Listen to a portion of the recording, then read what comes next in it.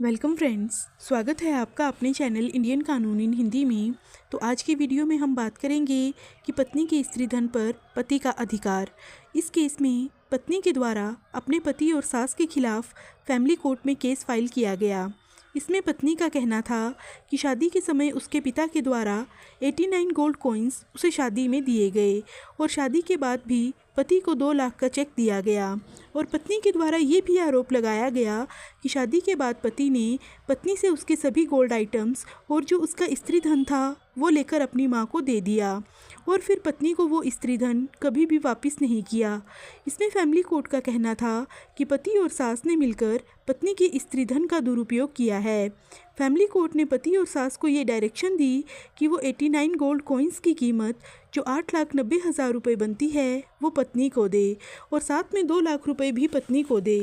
Family court में पति का भी काउंटर क्लेम था कि उसने पत्नी को गोल्ड की चेन और रिंग शादी के समय दी है जो कि उसे वापस दी जानी चाहिए, लेकिन फैमिली कोर्ट ने पति के इस क्लेम को रिजेक्ट कर दिया और कहा कि पति के द्वारा जो पत्नी को दिया गया था वो गिफ्ट था और पत्नी को उसे वापस करने की कोई भी ज़रूरत नहीं है। इसके बाद पति के द्वारा फैमिली कोर्ट के ऑर्डर को हाई कोर्ट में चैलेंज किया गया। हाई कोर्ट के द्वारा पति और सास के पक्ष में फैसला सुनाया गया।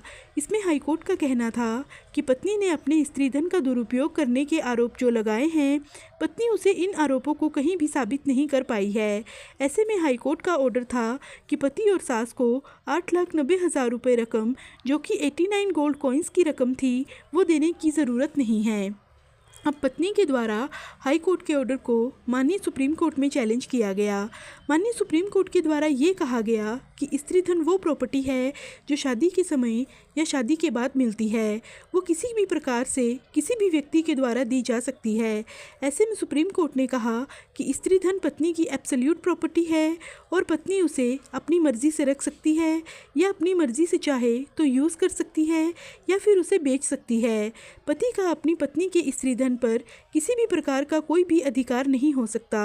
सुप्रीम कोर्ट में मामले की तथ्यों और परिस्थितियों को देखा गया तो ये पाया कि इस केस में पति और सास के द्वारा स्त्री धन लिया गया था और उसे कर्ज उतारने के लिए इस्तेमाल किया गया। सुप्रीम कोर्ट के द्वारा हाई कोर्ट के ऑर्डर को सेटिसाइड किया गया और साथ ही स्त्री धन की वैल्यू को और बढ़ा दिया गया। सुप्रीम कोर्ट के द्वारा अमाउंट को बढ़ाकर 25 लाख रुपए कर दिया गया।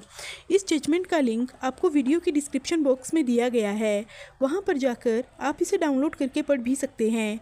तो आई होप दोस्तों इस वीडियो में दी गई जानकारी आपको पसंद आई होगी। तो ऐसे ही कानून से संबंधित जानकारियाँ पाने के लिए आप मेरे चैनल को लाइक, शेयर और सब्सक्राइब ज़रूर करें। वीडियो में लास्ट तक जुड़े रहने के लिए आप सभी लोगों का धन्यवाद।